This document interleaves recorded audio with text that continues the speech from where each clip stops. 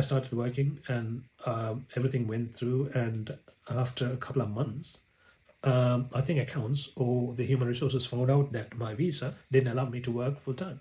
So they said, "Oh, you are on a student." I was like, "Yes." And they said, "Oh, students can't work full time." I said, "Yes." I said, "Yes, I know." And then they said, "Okay, but so we'll have to change your contract." I said, "That's fine, but I would want to stick to the same post. I don't want to go back to receptionist part time. I would want to stick with the front office supervisor." And they said, "Okay." Because they liked my work, they liked me, they said, "Okay." So I carried on as a supervisor part time. That was the job. They changed my job role to part time. And then came I think it was the December holidays. And during holiday periods, you can work full time. So I started working full time.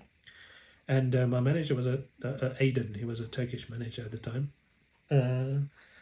And he gave me full-time work, and they were very flexible as well.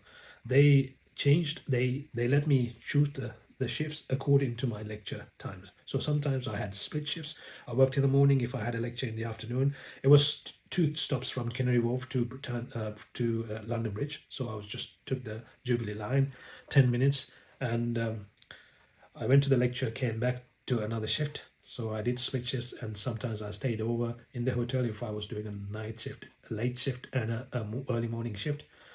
And it was good times. I got the food from the hotel. I got uniforms from the hotel. It was good. Not the hotel wasn't good. It was a 442 bedroom hotel, but the experience was good. And I started earning money, saving money, and sending some money back to Sri Lanka. So that was the life. It was a lot of struggle, but I managed to somehow get on with it. What I was going to say is, after a few months, I was put on full time because of the holiday period, and then it carried on full time. I was working, and I was on the shifts full time. And the holiday ended, and I was still carrying on, and they were putting me on full time.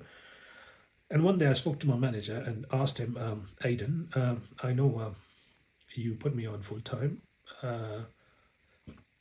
When are you going to take me off full time and put me on back on part time?" And he was like, he knew that I wanted to work full time, and he knew that I'm happy working full time, and I can afford to work full time. I was just illegal.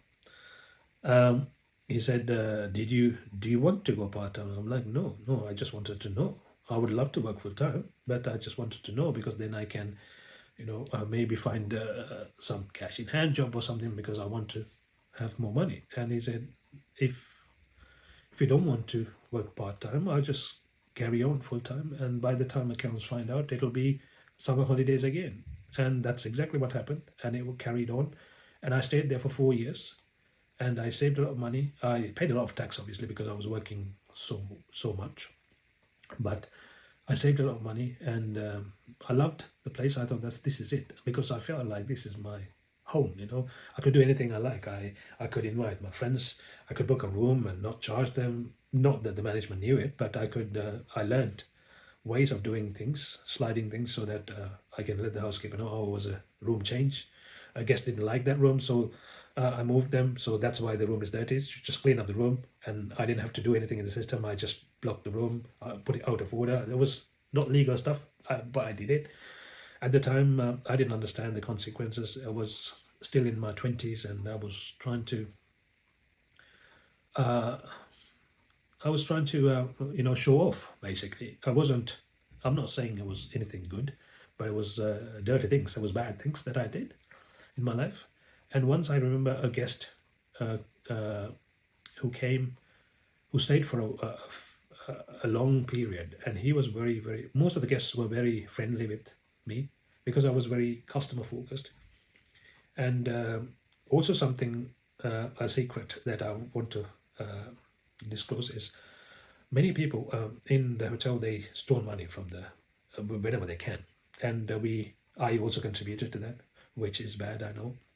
But at the time, it was a little bit of money, and we were not treated well, and the hotel didn't give a damn about us or the staff and the customer. The service was ridiculous in terms of they didn't care about the guests either. So whenever we could, get some cash on the side, we did them. And I can remember sometimes we upgraded, and instead of charging it to the hotel, giving it to the hotel, we just put it in our pockets, which was wrong. But now I understand. But at the time, we were feeling good because we felt like we were treated like scumbags. So we didn't want to give the money to the hotel. It was a Jewish hotel. It still is. And we didn't like the owners. We didn't like the management. So everyone did it, not just me. People who I know from the restaurant, they just took coffee and stuff home, plates, everything they could home, and no wonder why the hotel wasn't making too much money. So that's being aside. That's how I worked at the Britannia hotels, and there was a good experience. But going back to the guest, there was this guest, and he was very close to me. And one day he said there was this the bombings in London, and after that he said he lost his wallet, he lost his cards, and he couldn't pay. And he was like, "Oh, can I borrow some money?" He wasn't trying to borrow money from me, but he wanted to extend his stay, and the hotel was asking for payments, and he didn't have money to pay. He was like, otherwise the hotel was going to check him out or chuck him out of the hotel. And I felt sorry for him. I said, okay, I'll pay with my card. I paid 1,500 from my credit card, and another 800 cash, I think. £2,300 from my pocket, basically. And it went through, so the hotel let him stay, and I thought he will pay me back. But he disappeared. He never paid me back. That was my money that I had for my wedding. So I was still in love with my ex at the time, so I wanted to marry.